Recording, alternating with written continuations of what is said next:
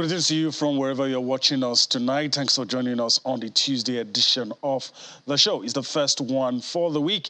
Promises to be exciting as always. I'm Yemi Adebayo.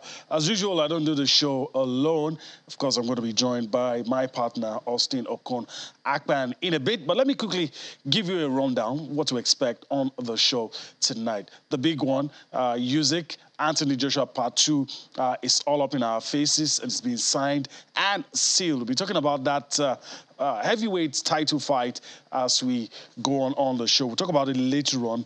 We will also talk about the exploits of Nigeria's Golden Eaglets at the WAFU B Under 17 Championship. As a matter of fact, they have qualified for the Under 17 AFCON. So we'll talk about them as we move on the show. It's the season of football transfers. We'll talk about a couple of prominent transfers. Sadio Mane, Antonio Rudiger. We'll talk about a few of them. Romelu Lukaku as well has completed his move. We'll also talk about title celebrations. The Golden State Warriors in the NBA painting the town red with the celebrations title victory.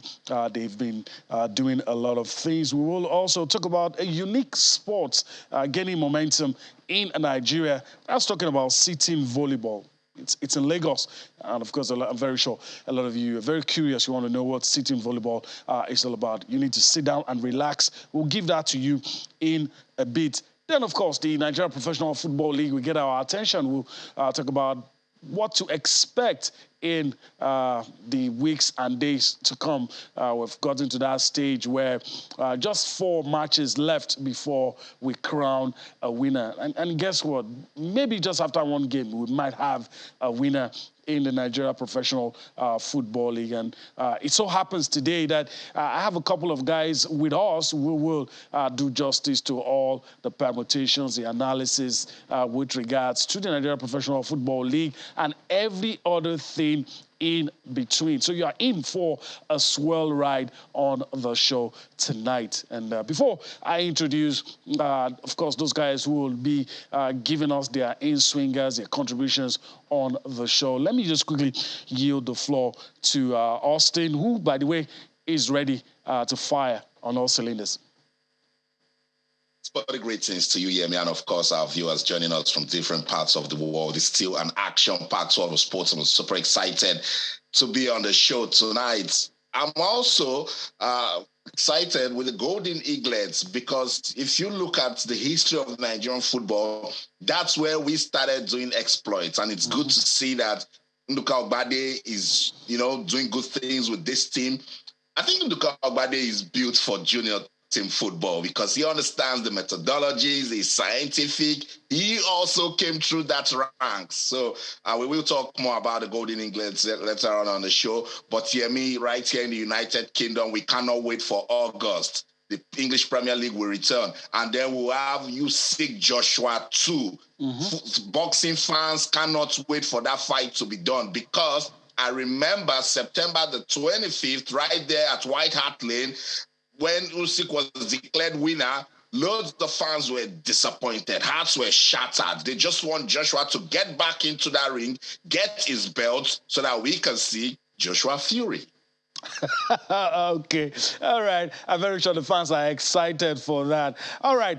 Let's quickly introduce those guys joining us on the show. Let me start from the Lagos studio right here with me. Kehinde Idris joins me. He's super excited as well. Greetings to you, Kehinde. Thanks for finding out time to be with us on the show tonight. Yeah, it's good to be here. It's good to, join you, always on Tuesday night. And sitting volleyball is actually, like you said, gaining momentum, but very exciting. I'm sure we'll put that out there. Then a host of other lovely stories. The WAFU B Under 17 competition is really getting my attention. He mentioned the Ogbade. Probably when we start talking, I'll bring, an angle how the Ogbade is fantastic for this level.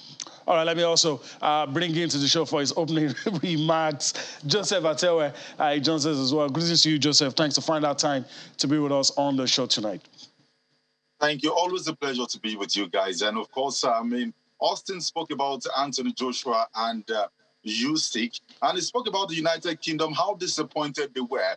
We saw footage, we saw videos, even in Ogun State, some were disappointed. Let me let you know that even in Osun State, they spoke in their local dialect, which means, why would they do that? probably disappoints us. So it's all over, you understand? It is. All right, so we'll talk about that as we move on. But guys, let's start with this unique sporting event gaining momentum. Like I said, like Kende Idris also said, sitting volleyball. Sitting volleyball. I say it again, sitting volleyball, a unique form of volleyball. And also to let you know that Kaduna State have emerged winners of the Maiden sitting and para volleyball championship. Pictures on your screen right there. It was held at the indoor hall of the National Stadium in Surulere, Lagos. Kaduna State defeated host Lagos 26-24, 18-25, 15-13 in the last match of the tournament to claim the top prize. Bayelsa State finished also finished, second. Lagos placed third, while Legacy Volleyball came fourth in the competitions. 4 teams competed in the 2-day invitational tournament, which was decided on a round-robin format and was also endorsed by the Ministry of Youth and Sports Development and the Lagos State Sports Commission. Let's just take some reactions from the event. Then I'll allow the guys to say a thing or two about this unique sporting event. This sport exists, and all over the world, there are representation from countries who are bringing physically challenged people representing different sports.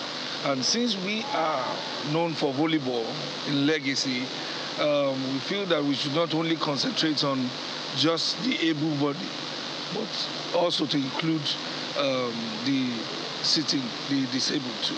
After this tournament, we are going to make sure that, because from this tournament, we are picking a team that will represent Nigeria in African Games that was Paralympics and any other competition in the world that will involve the physically challenged people.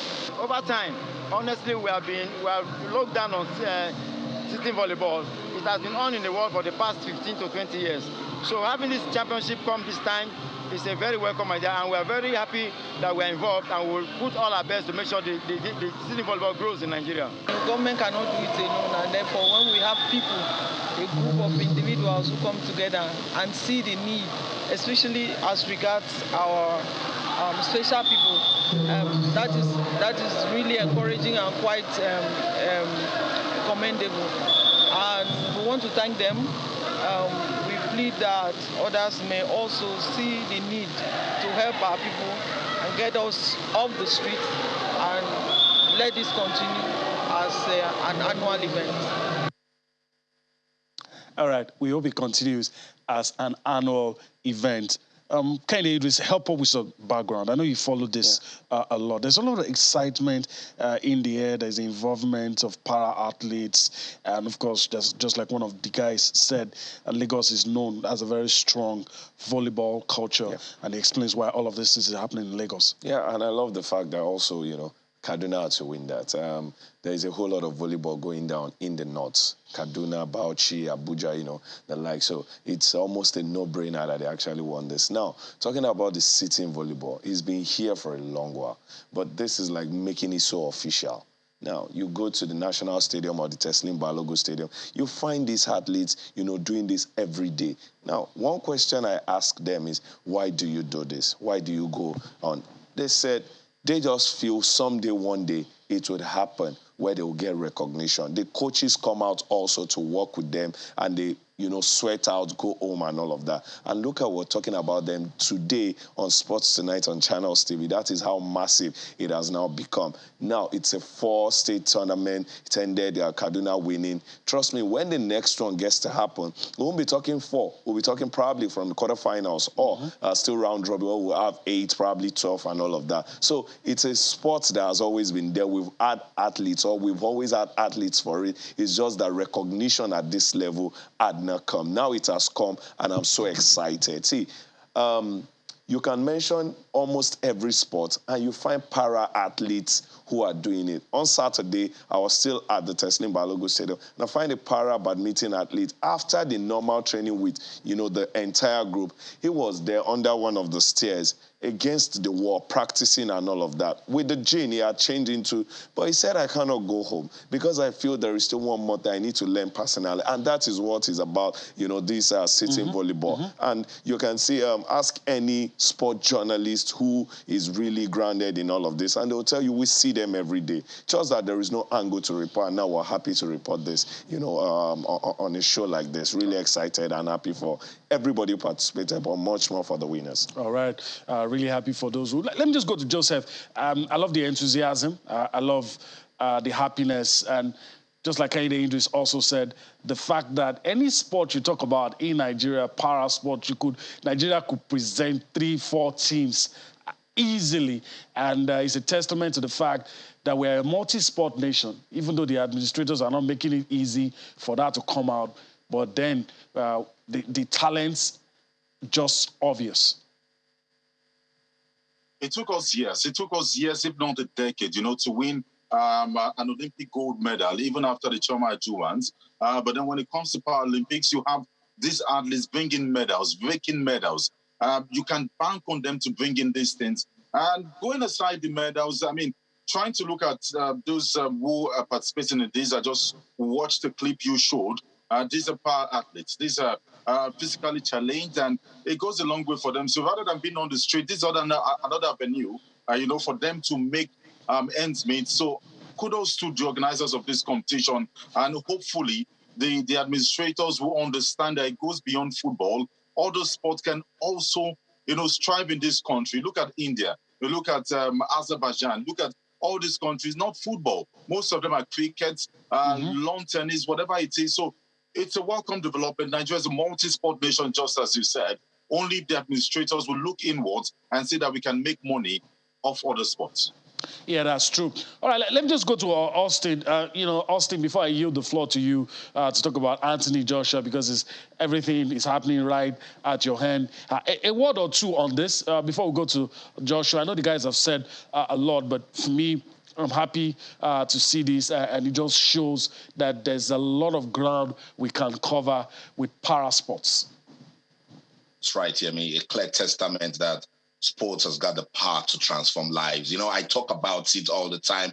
I preach it. And I just want to say well done to the Nigeria Volleyball Federation. It's led by engineer Musa Nimrod.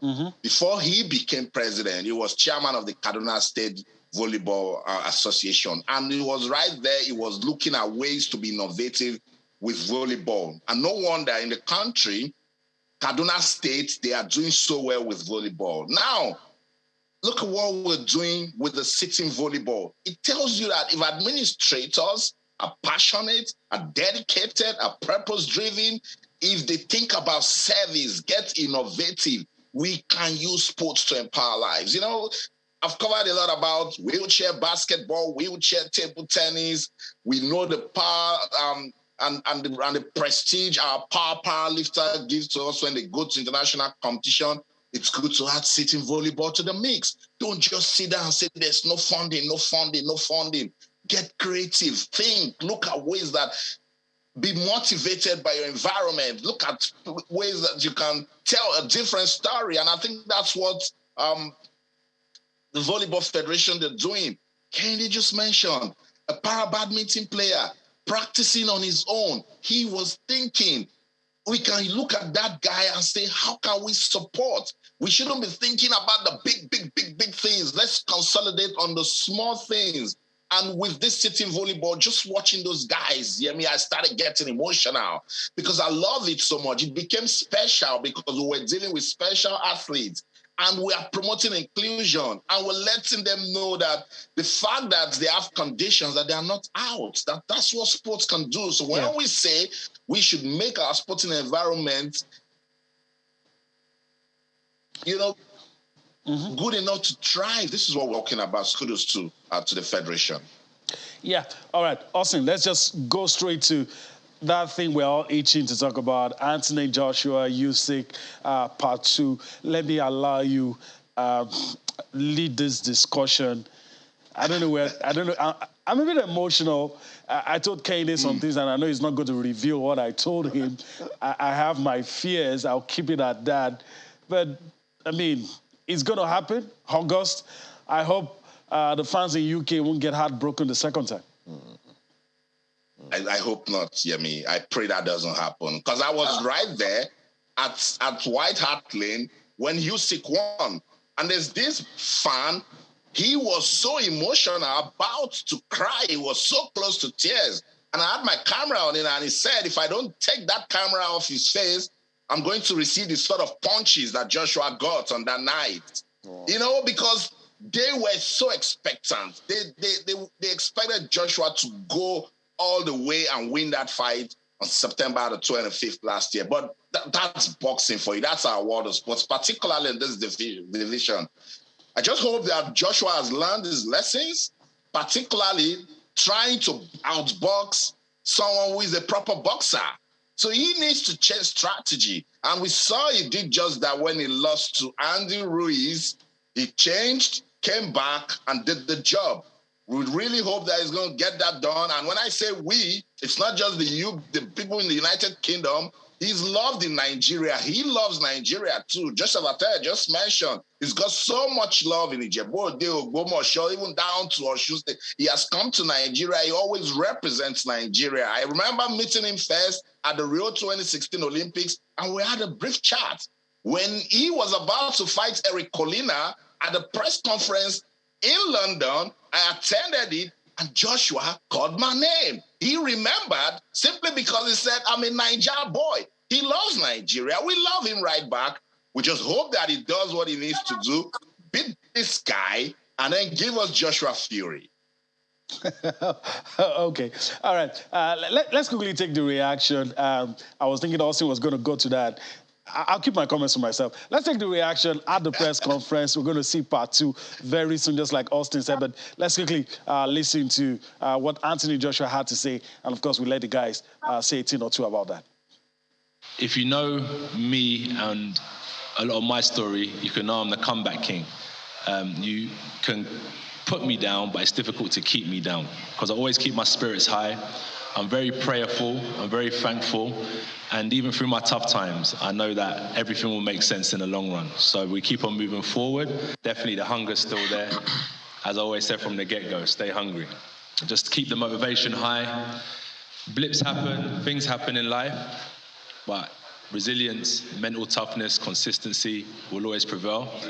We're going to have both fighters, both champion and challenger, in front of us here for a head-to-head. The Red Sea. Please enjoy the rest of the evening.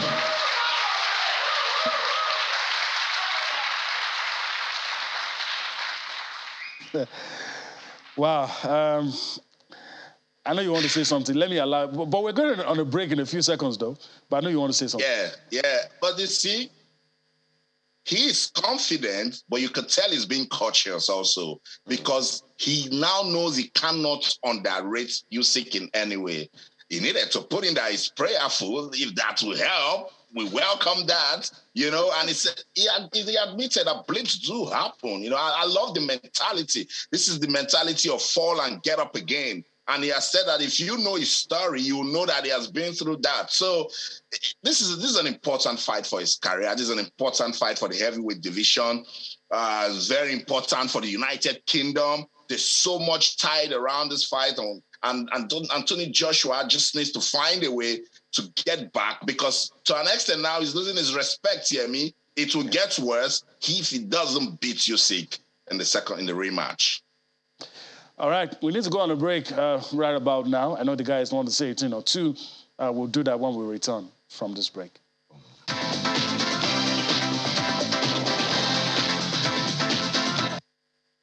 All right, welcome back. All right, Kenny, this is with me in the studio.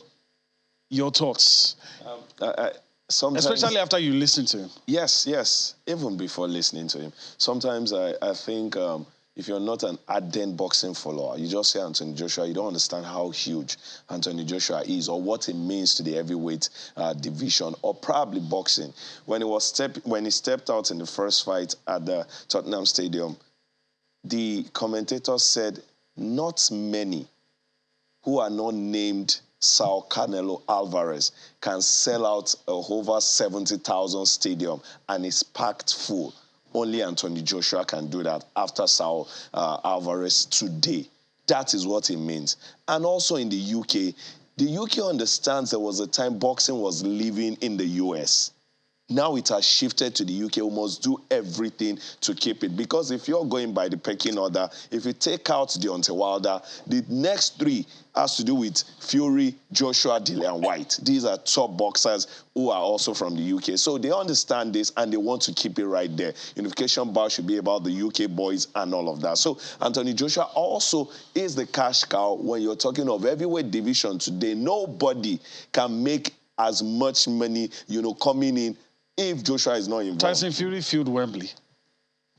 Tyson Fury filled Wembley with Dillian. With Dillian White, not this size. Okay. All right. Anthony Joshua is so massive. I agree. Let me go to Joseph Atewe. Austin said something we should pay attention to. He may be gradually losing his respect, and if he doesn't win this rematch, it's going to be a long road back for him. Okay, all right. So I guess we'll have to wait to get Joseph back. But let me just quickly Let me just take it before Joshua Joseph comes in here. And you could tell that you can't just jump now and say Joshua will beat Usyk. Yep. You understand? Because of what we saw from the first fight. So right now it has to do with strategies. It has to do with going back to look at that fight and find ways that he can end it even before he starts getting tired. Because I think it's round 6 or 7, he was already tired. And that was when Usyk picked it up. And because Usyk is a better boxer, don't forget where he's coming from, winning gold at the Olympics, dominating his division before climbing up to the heavyweight division. This is a guy that understands what it means to show endurance right there in that boxing ring. So for Joshua, it's all about getting back his respect. Okay. As just to corroborate what Kende Idris talked about, also keep the respect in the United Kingdom, so that we can keep selling out. I think we're saying so that they can keep selling out Wembley, and of course not take it back to the United States. So there's so much on this guy's shoulder.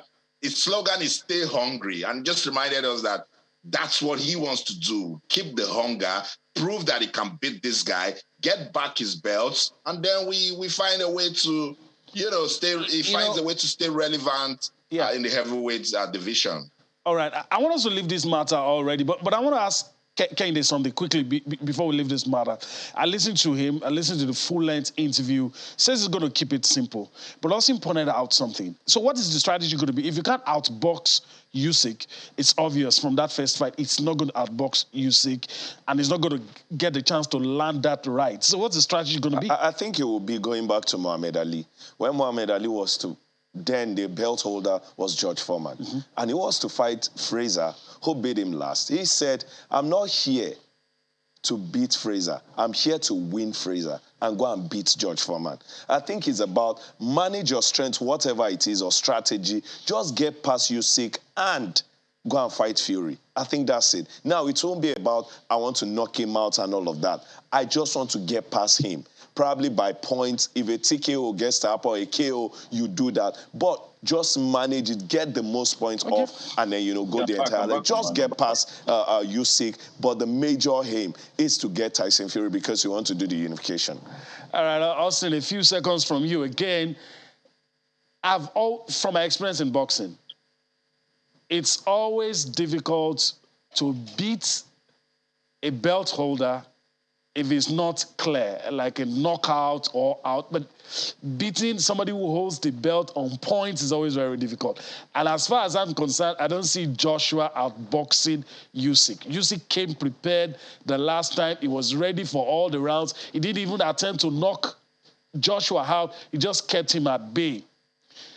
We know that Joshua can box if he wants to, but it doesn't appear like he can outbox this guy. He's not going to get the chance to land the punch. So what other options does he have? I know we're not coaches, but we enjoy this game. So I'm sitting here, I've played my hand. You already know where I stand. I've played my hand already, but what is available to him? It's all strategies and tactics. Yeah, I really think he needs to go back to that first fight there must have been some distraction somewhere that motivated Usyk. Because I think he started the fight so well. He started losing it from the 5th round, so that's with focus. So it's up to his team to take a look at it and find a different approach to do it again. Yeah, he went the distance with Andy Ruiz, and won, So he can do that, but with what I saw from the first fight, I was saying, no, please, don't try to outbox this guy. They should find a way to make sure he ends it before the 5th or 6th round max. Otherwise, this guy knows how to go the distance. And I think the crowd also at White Hart Lane somehow motivated Usyk. He loved what he saw. So when he came out, I was like, wow. So this is what it means to fight Anthony Joshua. And then, he jumped on that, sustained the momentum, and went all the way to win. So Joshua must find something to motivate him. I've just talked about strategies, which I don't know how they're going to execute it because I'm not part of his team, but I know that they need to find a way to end it before Usyk gets his motivation again and go all the way. All right. Like they say, don't leave it to the refs. Finish the job. Yeah. Joseph is back with us. That's Quick right. one, because we have to leave this little matter of Anthony Joshua and Usyk. Quick one. What do you think Joshua needs to do? A very quick one on that. Well, you might not agree with me, but psychologically, if you look at other fighters, what they do before the bout, even though they know they would lose, I'm going to knock you out in the first, second, third round. I'm going to make you cry. I'm going to make you suffer. You don't have an Anthony Joshua do that. It's very soft. It comes out well. It tries to create a balance. I will do everything possible. I'm going to try my best. I'm going to make it known from day one that I'm going to knock you out Trash first, talk. second, third round. And that's, of course, you're making a statement. That's what Joshua needs to do. It's very good, of course. Okay, all right. So as far as Joseph is concerned, do a lot of trash talk, but trash talk can also blow up in your face if you lose. Exactly. If you lose. But anyway, That's what Tyson Fury said. Fury said, come to me, Joshua, let me teach you the trash talks. So you can use them to go win, So they should go meet Fury. He's the king of trash talks. And he gets in there and he delivers. Okay, all right. Kende said Deontay Wilder, he has lost his voice. Yes. He has lost his voice. He's not doing trash talk anymore. He's been severely The king beaten. of trash talks was the king of trash talks that put Deontay down. So that's allowed. Exactly. Okay. Then we have to agree that Joseph has a point then. All right, guys, let's move on. Let's go to the FIFA. I'm already saying, I'm getting ahead of myself here. WAFU B on the 17 championship. The Golden Eaglets of Nigeria defeating the guys that stopped them the last time, the Ivorians. Gave us a scare. It was 1-0 at some point. They came back into it and they got that victory. It's 3-1, actually, 3-1. So Nigeria won that game 3-1 after coming back from, of course, a goal down. And, of course, the game currently going on, Ghana and Burkina Faso. Burkina Faso leading right about now. Quick one, Kende Idris. They've got the job done. Yeah. They've qualified for the under-17 AFCON. But, of course, they can put the icing on the cake if they win whoever is put before them in the final. Whether it's Burkina Faso or Ghana. Whichever person. The moment I heard of the employment of Hunduka Ogbade, I was pretty excited. I can remember that story where, one of our bosses in this field went with Hunduka Ogbade to a team. The boy was 14 then, and he said, this boy, I want you to pick the... And he said, this boy is so skinny, he can't go nowhere. And he said, pick this boy. This boy will captain the Super Eagles someday. That boy he was talking about then is Wilfred Ndidi. Can you agree with me that someday soon, Wilfred Ndidi will captain the Super Eagles? Yes. Yeah. Now, every coach cannot be coach for every level. There are some things you see in a coach and you just feel, okay, these are age grade coaches. Mm-hmm. These are academic coaches. No disrespect to them, but that is their strength. And Hunduka Ogbade has got eyes for those young players who will grow. And that is what he kept saying about this young crop. He said, I've got them, I understand them, I know where this will fit, and we're already seeing those manifestations of these boys. And Hunduka Ogbade, up until now, fantastic job. All we're waiting to see is to see him at the AFCON and then the World Cup. continue to grow with these guys, and that's a jackpot by the administrator for me. I think the first in a long, long while. So I want to continue to see this team, wishing them all the very best, whoever comes up against them. All right. Of course, you have to agree that the NFF got it right with this one. Austin alluded to that earlier. Let's also get Joseph's thoughts on this one. Is age grade, winning doesn't really matter like they say, but in this case it does. Victory is sweet, whichever way it comes. Looking at the start in 2018, of course, you want to agree with me that Nigeria had the highest rise in terms of age grade players who rose to the national team. Most especially 2013, you want to talk about the Kelechis, the Wilfred, the Victor Osimhen we are seeing today, the rose through the ranks. So give it to the Super Eagles of Nigeria. And of course, the Nigerian Football Federation, I should say, most especially. Looking at age grade competition in this country, aside from it being an escape route from poverty, I must say it. Oh, okay. It does appear that we've lost Joseph there. Of course, he'll get back to us. Also, let me just quickly come to you. We need to talk about the Nigeria Professional Football League, but I'm very sure you want to say a thing or two about the Golden Eaglets. That's right.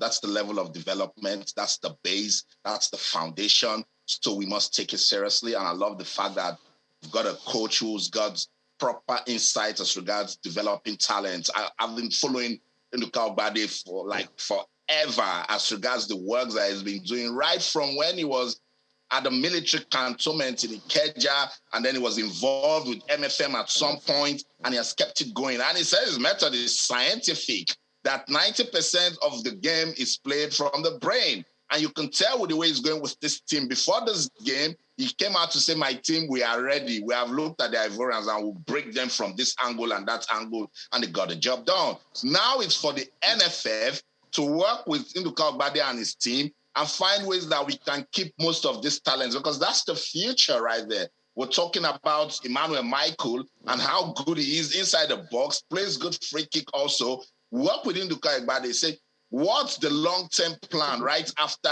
this competition you qualify for the World Cup? Let it not just be about competitions. Let it be a proper program, long-term, that we can use to say, in 10 years' time, because, think about it, they're 17, right? Let's say the oldest is 17. In 10 years' time, the oldest will be 27.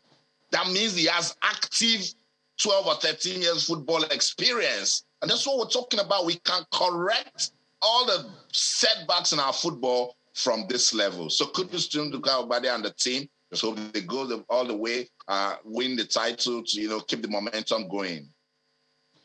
Okay, that's our hope. Also, let me yield the floor to you. Let's talk about the Nigeria Professional Football League. Let's go. Yeah, let's talk about the Nigeria Professional Football League. Now take a look at some fixtures. Me, Joseph and Kende Idris, I have given this league title to Rivers United already. I don't know about you guys, but for just the sake of, let's just talk about it for talking's sake. We know this game produced a lot of talking points. Niger Tornadoes and Lobby Stars and the league management company came out strong with sanctions. The remaining 45 minutes in that game will be played match the 30 fixture tomorrow. So we're waiting to see how that one will end. It's so difficult to talk about this because our football shouldn't be going through this in 2022. We just hope that it stops. Kano Pillars, they need to win this game to stay relevant in the league. This is a team that's got so much prestige in the Nigeria Professional Football League. Yeah, they do. Look at them on the league table. You understand why they need to win this game. So let's see what Dakada can do. Dakada, they were disrespectful against Aqua. So at the family meeting, we're asking them some questions. but let's take a quick look at the table. Rivers United, as you can see right there, 10 points difference on the top of the table. They're not blinking. They are racing away to victory. They won the title. And as I said earlier, I've already given it to them. Plateau United still staying relevant in second. Now look at Remo Stars, Rangers, Kwara United, and Aimba. Anything can happen. That's the NPFL for you. Now take a look at Aqua Gombe, Wiki Tories, anything can still happen in that top 10. Now, look at Kano Pillars, position 19th on the log. They need to win against Dakar to get some relevance. If they win that one, they get up to 42 points. So, Kende Idris, I don't know about you guys. Now we're just folding our hands to say, let's wait till they say Rivers United take your trophy, and then we'll find out the teams that will drop. For Rivers United, I've started the party for them even before, they are declared winners for about 5 weeks now. I already felt that, dotting the I's, crossing the T's, right? And it's so fantastic. It's been a long time coming. They've been knocking on that door, in and around, that. And now, it's double incentive. You're winning the league and also properly representing at the CAF Champions League. I think that is not getting my attention like Kano Pillars. Austin, you talked about prestige and respect. I think for Kano Pillars, there's no prestige and respect in where they are right now. It's survival. All we can do is next season we can restore the prestige, the respect, and all of that. But for now, let us even survive. Just like MFM are also struggling. It's so funny that a huge club like Kano Pillars, we're talking about them in this stead on match day 33. Now, this is where the peculiarity of their problem lies. If you look at about 2-3 teams just above them, also are on 33 games, so they also have 1 game at hand. It's not like Kano Pillars have got huge advantage over teams above them, so it's a massive worry. I don't know, but I think I'll be one of the saddest person if I have to pick my pen and write about Kano Pillars dropping or getting to be on air to speak about that. Not because I have some attachment, but when you're talking big clubs in your league, they should not be going down this way. It's not right. Yeah. Okay. Joseph, have you crowned any team? Is anything going down in your book? Okay. Well, of course, let me start by saying that I support MFM, but then we know that we are coming to the end now, except a miracle happens there. And for Kano Pillars, I'm surprised. I'm surprised for Kano Pillars because, this is a team that won the Nigeria Professional Football League, correct? 3 times in a row, and we understand what is happening to them right now. For Rivers United, what they are proving to us right now is that if you spend, you would get results. If I'm correct, the only team who would, take their players for away games by air. So these players are comfortable. They're doing everything possible, and that is why they're reaping what is right now. I am celebrating with them at the moment. They, I believe, won the league. 4 more matches, 71 points, 61, 10 points. Get a win in the next match, of course, and we'll be crowned champions. Rivers United, congratulations. I will say champions-elect at the moment. Takada is doing really well. At some point, they were 19th on the log, 17th as we speak. 33 games played alongside Lobby Stars. They win their next game or get a point, they might. Yeah, they might survive. That's true. Yeah, they might survive. That's the beauty. And he said, what's the difference between the Nigerian Professional Football League and other leagues? I said the Nigerian Professional Football League is unpredictable. You cannot predict it. And that is what we are saying. All right, that's what we're seeing. I agree with the guys. A lot of teams on 33. You win your game, the next team wins, and you're back. And you look at a team like Katsina with 34. Some of these teams on 33, if they win, they may drag Katsina United down into the situation. So Kano Pillars is a worry. But I'll just add this before I get to leave. Wherever they finish this season, for me, I think they're the biggest winner. Remo Stars just got promoted. You're doing the right thing as a football club. That's true. And you're in this enviable height. Whether you finish in the continental spaces or not, you're the biggest winner for me. All right. Also wanted to say something before we leave the NPFL. Yeah, I just wanted to remind you that it's not even sure for shooting stars too. If you look at the table, You mean the only Warriors? I just wanted to just bring you attention. Yeah, I know you were going to do that. Shooting, it's a precarious situation because all of those guys on 33, if they should win their matches, and that bottom 10, everybody can still go down. Anybody can still go down.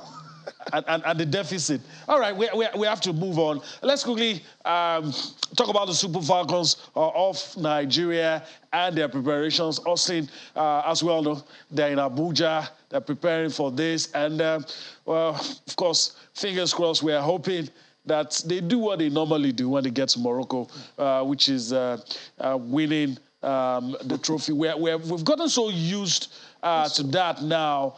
And there are fears in some quarters. It's 11 days to go, by the way, but there are fears in some quarters that this might, a shock might be on the cards. There are fears. You could feel it. That there are fears that, with the emergence of some of these teams, Ghana is not going to be here, but you look at some of these teams like South Africa, the way they're progressing. Somebody told us we should stop talking about South Africa, but can you stop talking about that?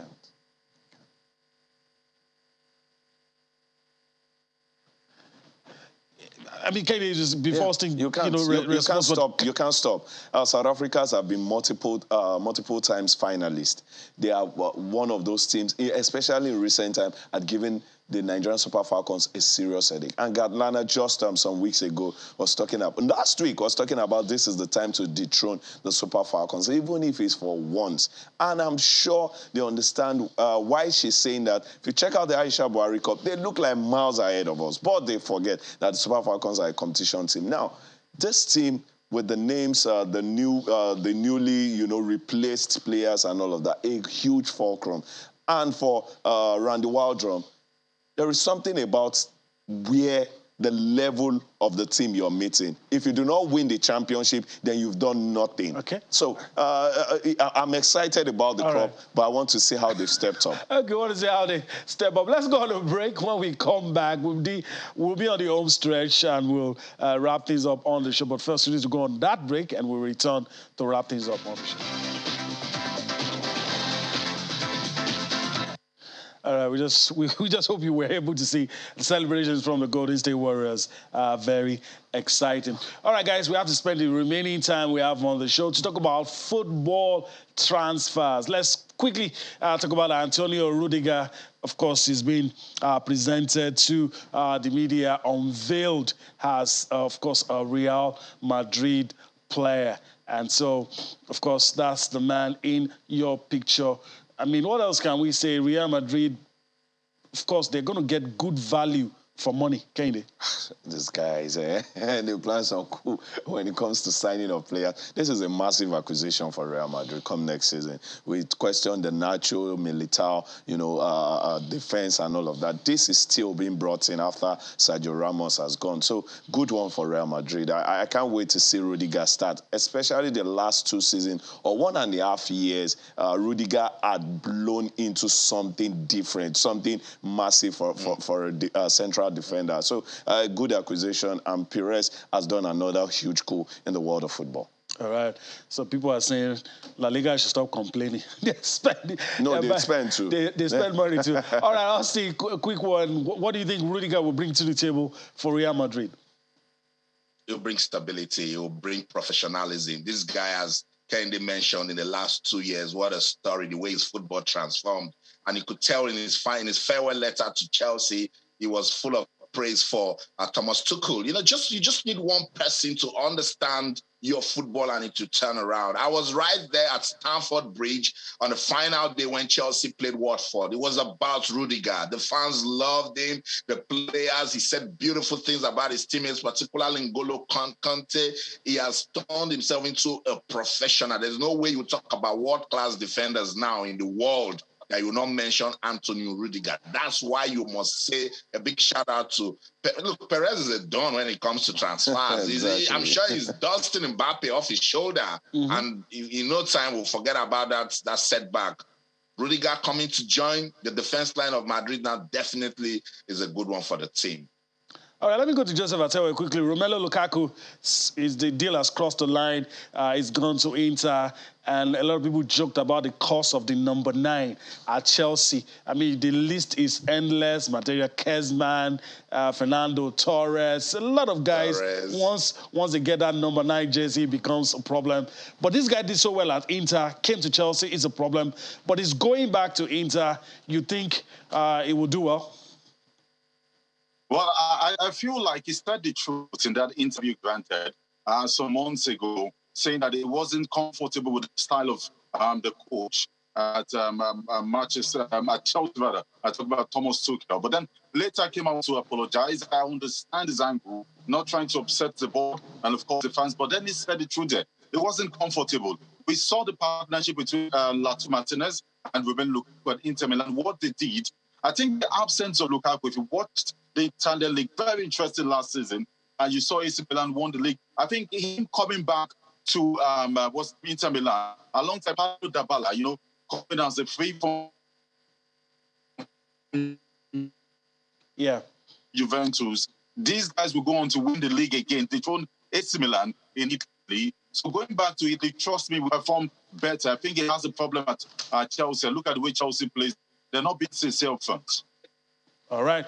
Just as Atewa, I want to thank you for your time on the show today. Hopefully we get to do this some other time. Thank you very much. I appreciate it. All right. Our parting shot on the show tonight, Sadio Mane was kept secret, was always going to go to Bayern. It's landed. And, of course, just a little bit of things to be done, but obviously we know he's going to play for Bayern. Yes, whether he's 29 or not, people keep arguing on that his age. Bayern have got another massive player. Whether Lewandowski leaves or stays, I guess they don't care. Just now. Imagine Lewandowski stays. Lewandowski, that will be dangerous for any football team to play against Bayern Munich. But moving from Liverpool to Bayern for Sadio Mane, I think in this is the biggest winner. All right. And Austin, our parting shot, a lot of people are still saying it's going to be hard for Liverpool to replace Sadio Mane. They've got Darwin Núñez. It might take him some time. You never can tell. Yeah. But that partnership, Luis Diaz, Mane, and Salah, a lot of people say it might take a while for Liverpool to get up to that level, to get that tempo back. Klopp, until he gives me 10% of his salary, that's his headache, So there's just find a way to, move on without Sadio Mane. But shout out to Bayern Munich. They've got a complete player, a dedicated African, footballer, purpose-driven. When he's out in his business, he just wants to give his best, go out there to win, and you could tell what Liverpool achieved this last season, and of course Senegal. So Mane big time all day, every day. But for Chelsea and that number 9 curse, get Osimhen into that team and it will break that curse. Okay. We'll see. We'll see. All right, that's a good place to land it. That's a good place to wrap things up on the show today. Before we sign off, I want to thank Kehinde Idris for his time on the show. As usual, our conversation never ends. Especially this transfer story. Definitely had a nice time. It's good to be here. All right, Joseph Atewa was with us earlier, and we all had fun. All right, that's the show today. We thank you for allowing us into your living rooms without knocking the door. It's a privilege we will never take for granted. I'm Yemi Adebayo. We'll see you tomorrow. That's the show. We'll do this again in London. I'm Austin Okonakpan. In everything you do, remember, keep talking sports. Bye for now.